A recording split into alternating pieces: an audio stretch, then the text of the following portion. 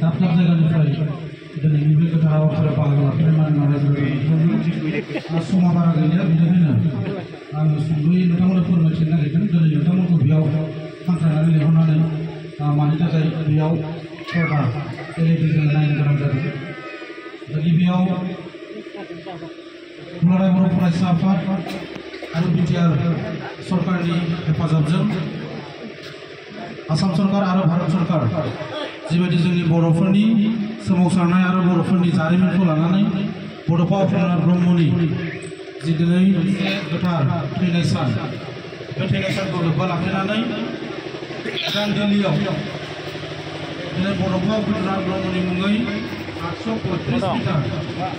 दिल्लीनि कैलाश कल'नियाव लामा राजपथ मुंनि दोंसे लामाखौ मुं सोलायनानै दिनै दिल्लीनि कैलाश कल'नियाव 835 मिटारखौ बड'फा उपेन्द्रनाथ ब्रह्मनि नामाव दिनै गायसननाय जासिगोन आरो बेयो दिनैनिफ्राय दिल्ली बायदियाव बड'फा उपेन्द्रनाथ ब्रह्मनि मुसुखा थाहैनाय आरो बड'फा उपेन्द्रनाथ ब्रह्मनि बर'फोरनि मुंजों दिल्ली बायदियाव दिनै दोंसे लामा मोननाया जोंनि बर' हारिनि थाखाय जोबोद गोग्गाथाव आरो रंजाथाव आरो बिनि थाखाय दुलाराय बर' फरायसा आफादनि मानगोनां आफादनि दिपेन बर' गाहाय नेरसोन गनेन्द्र बसुमतारी बिटिआर खुंथायनि आथिखालनि गाहाय मावफुं सोद्रोमा मानगोनां प्रमद बर' आरो बिथांनि टीम आरो आसाम सरकार आरो भारत सरकारजों बिथांमोननिसिम साबायखर बावदों जे दिनैनि बे हिस्ट'रिक मोनसे जारिमिनारि सानखौ बर'फोरनि थाखाय दिनै दिल्ली बायदियाव बे हाबाफारिखौ मावफुंनायनि थाखाय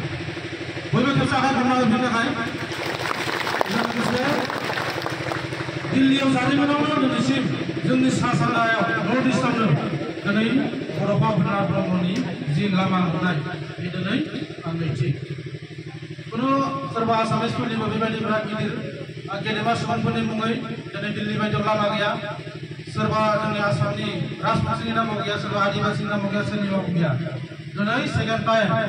बड'फा उपेन्द्रनाथ ब्रह्म बर'फोरनि थाखाय दिनै दिल्ली बायदियाव दिनै 835 मिटार गोलाव लामा मोननाया जोंनि थाखाय जोबोद गोग्गाथाव दा बेनि थाखायनो दिनै बे हाबाफारिखौ लादों आरो बिनि सिगां लोकप्रिय गपिनाथ बरद'लैनि मुङै दङ आसामनिफ्राय बेनि अनगायै दिनै बड'फा उपेन्द्रनाथ ब्रह्म दा बेनिखायनो बयखौबो मा होनो आब्रुथि जिरायनानै जाहाथे नायो बियो दिनै बेबायदि हाबाफारिया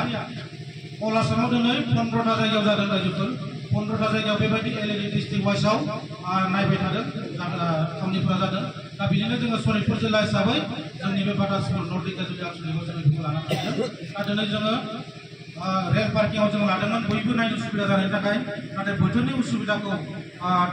नायनानै जोङो दिनै बेयाव हाखु दाखु बेयाव लाबोनो गोनां जाबाय नाथाय बोथोरा जोंखौ थगायनाय बायदि जाबाय दा जियानो जा रायजो राजाफोरखौ जोङो आनसलिकआ लिंहरदोंमोनब्लाबो बयखौबो नांगौ बायदि जिरायहोजोबनो हानाय नंला हयथ' दा बेखायनो गसंनानैब्लाबो बर' हारिनि बे जारिमिनारि साननि थाखाय जोङो दान्दिसे गसंनानै 1 घन्टानि हाबाफारिखौ बयबो खस्थ' खालामनानै जाहाथे आबुं जाफुंसारै बेखौ खावलायबाय आरो दा बावैसो सिगाङाव दिपेन बर' मानगोनां आफादगिरिया बुंदों जाहाथे रावबो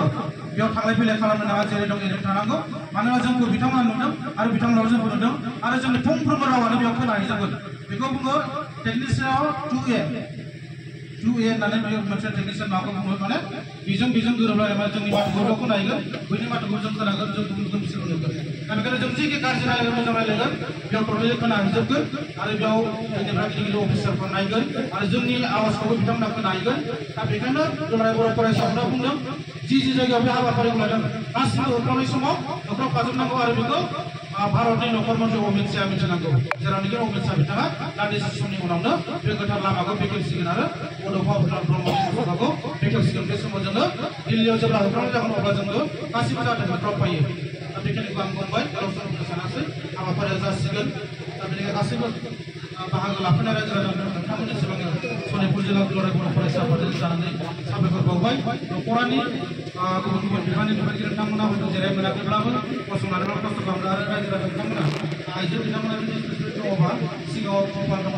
जिरायनानै फैनो हागोन आरो आइलाफ्राबो जुदि सोरबा खस्थ' मोनदोंबा सिगाङाव तिरपालाव फैनानै जिरायफैनो हागोन आं बेखिनिखौ बुंनानै गासैनिसिमबो